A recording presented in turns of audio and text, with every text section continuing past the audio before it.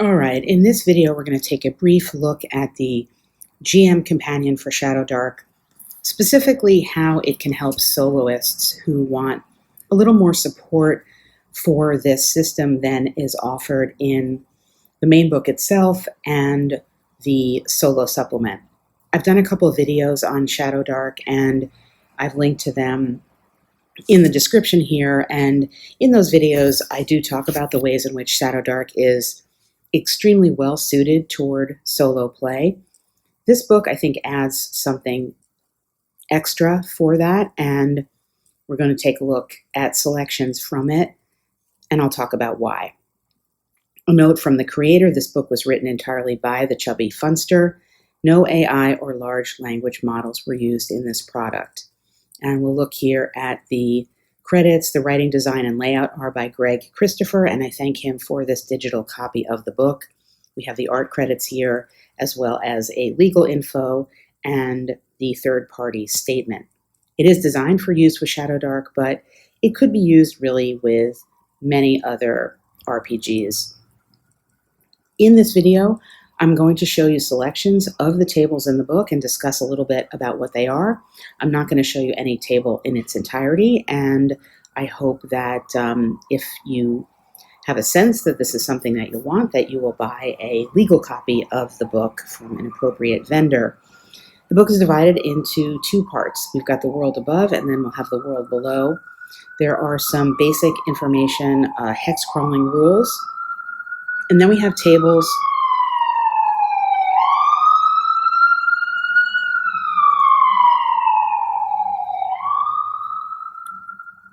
that are designed by terrain type, and you can see the various terrain types here. We'll look at a detail of one of more of these tables, and we also have these settlement tables that give you, I think they're D20 tables for different types of districts.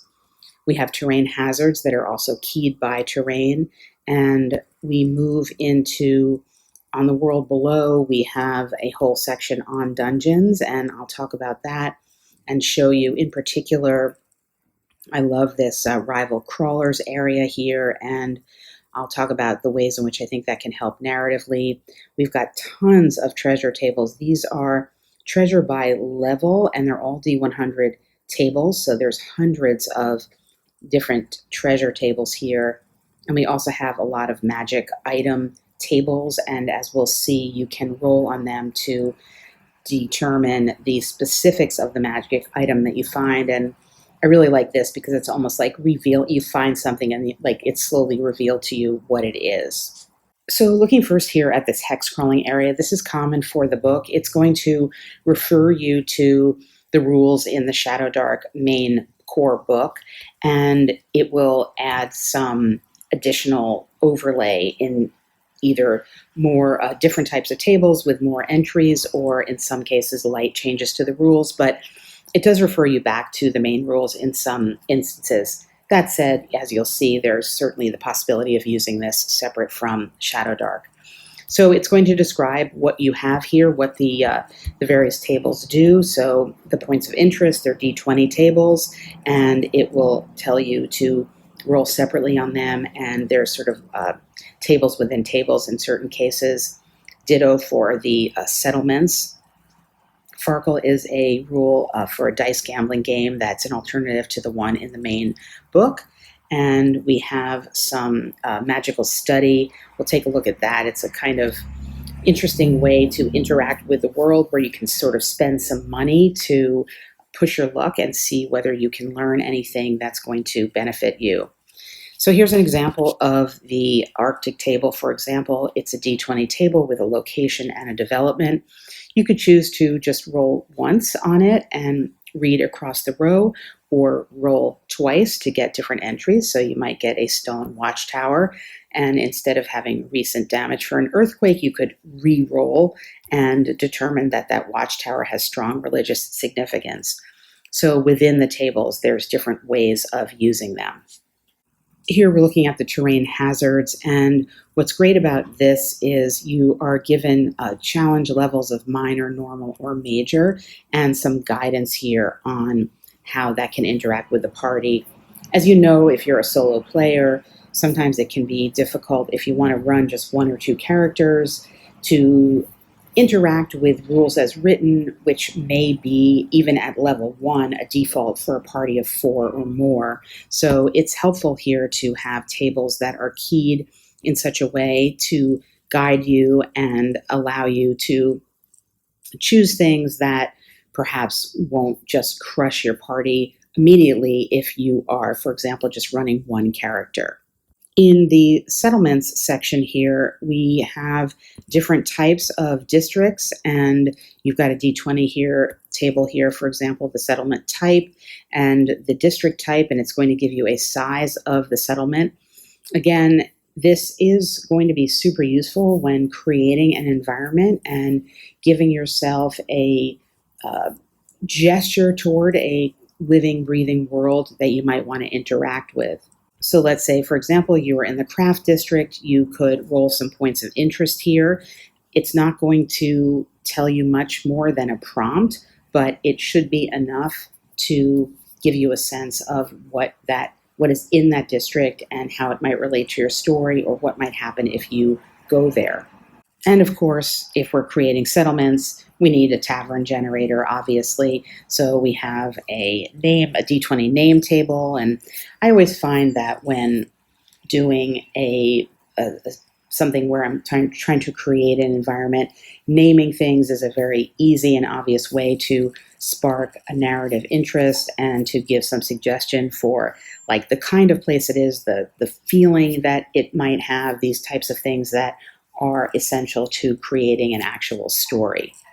So you're given things to do here in town, and one thing could be combat training. So for example, you could spend some money and have a training event, and then you're going to get your training outcome, and that's going to be a random table here. So your risk reward, you may gain, you may lose, you may feel like you overpaid for something and didn't get the benefit, but all of that helps the world feel alive, and it kind of gives you something structured to do and some decisions to make when you're in town to advance your character or develop your character in some way.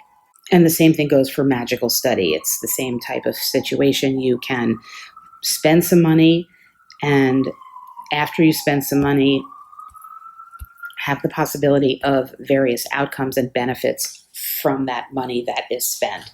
Just something else you could possibly do in town. And the fact that there are structured tables for dynamic events makes this very suitable and supportive for the solo player.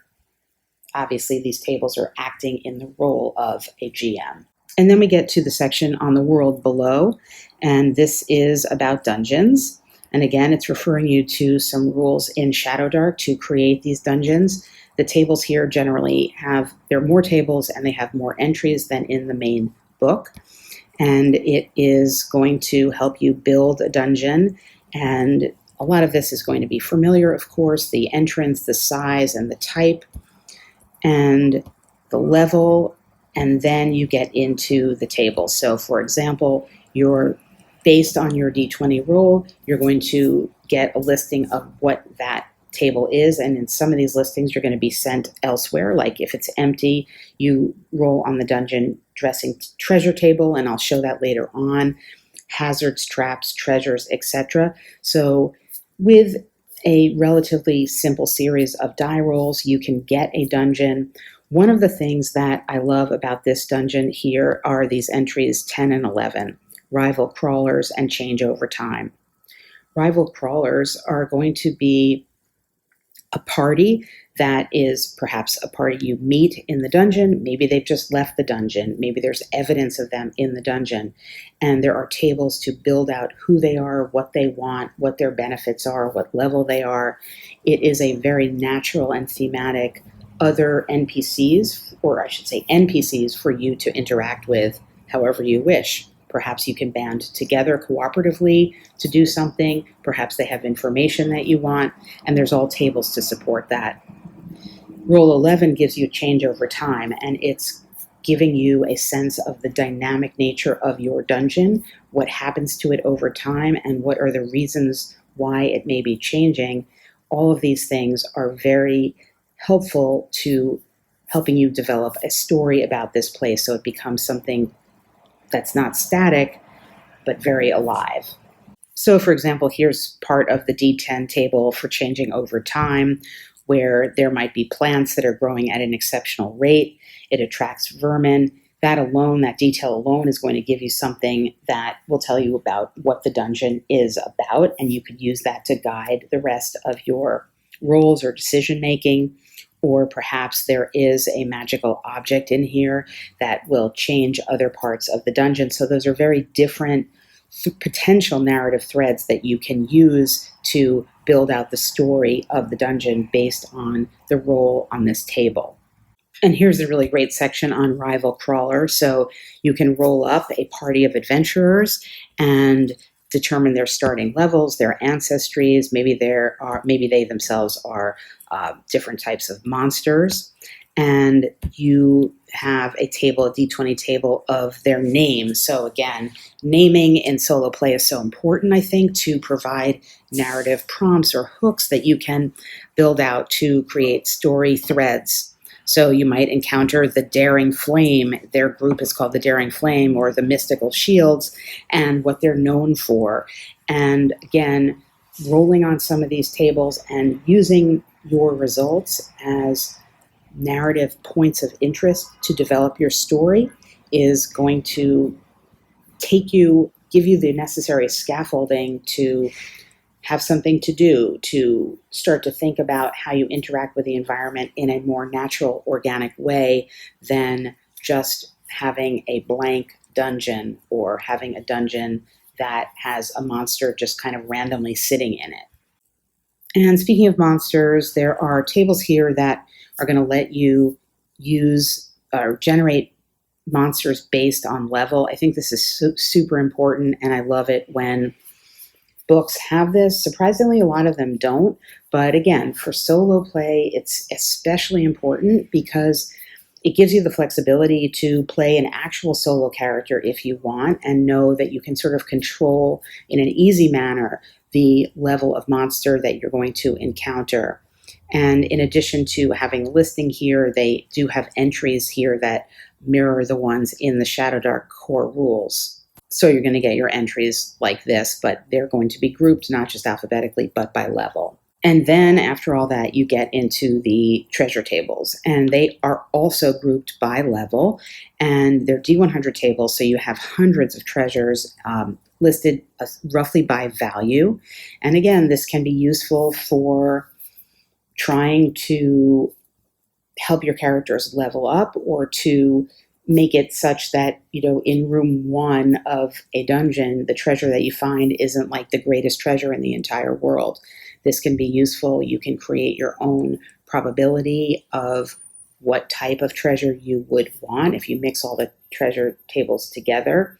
And it just gives you a foundation for having some control plus some randomness over what you encounter. And I think it's the combination of the control that is allowed for or produced by the variety of the tables and the randomness, which is the tables themselves, that makes for a flexible and supportive solo companion.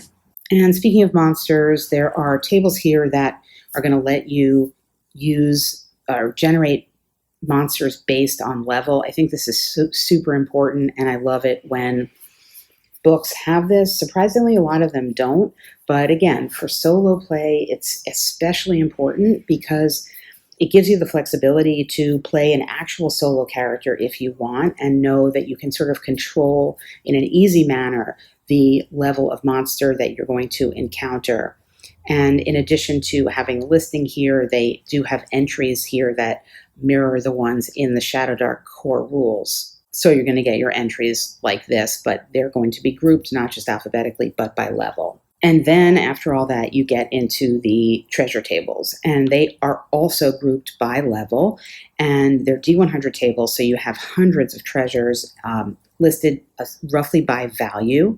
And again, this can be useful for trying to help your characters level up, or to make it such that, in room 1 of a dungeon, the treasure that you find isn't like the greatest treasure in the entire world. This can be useful. You can create your own probability of what type of treasure you would want if you mix all the treasure tables together. And it just gives you a foundation for having some control plus some randomness over what you encounter. And I think it's the combination of the control that is allowed for or produced by the variety of the tables and the randomness, which is the tables themselves, that makes for a flexible and supportive solo companion. And then one of the last tables we'll take a look at is the section on magic items, basically. We're looking at the magic armor table here. So you're given tables that will allow you to slowly reveal items that you find to be magic and what their features might be, what their quirks might be, and what the specific benefit of that item is, and what the specific curse might be. So what I love about this is that, again, you're not just finding something, rolling on a table and determining that, oh, it's a magic item that does X, Y, and Z, but you can kind of slowly roll on the tables and just have it revealed to you piece by piece to know what it is. And so it feels like an element of discovery here, and I really enjoy that because it makes it feel like you're progressing through an uncovery of something. And there are just tons of tables of different types of magic things. So there's magic utility items. There's, we showed weapons, armor. There's a whole bunch of different things. So this is just the D100 table of just kind of random stuff. And again, you get the further D20 table to reveal its various features, its possible benefits, and possibly the curses that go with it. And then there is a listing at the back, finally, of the book, the known magical items. These are alphabetical. They're all described for you. I didn't see a listing of them randomized with die rolling, so I'm not sure, first of all, how many there are, and second of all, at least as far as in this file that I have, if you wanted to find one of these known magic items randomly, you'd have to create your own table to do so and assign numbers to them. That's easily done, but I didn't actually see that in this book. So there's a look inside the GM Companion for ShadowDark. I can't emphasize enough how much more it offers to support the core rules, and in particular, how great a resource it is for solo play. ShadowDark itself, as I've demonstrated in a bunch of videos I've done on it, is inherently very useful and easy to proxy for solo play, and I've done specific videos on that. This just takes it one step further and works with an already solo-friendly rule set to give you many more options, many more choices, and most importantly, many more bits of information upon which you can create your story.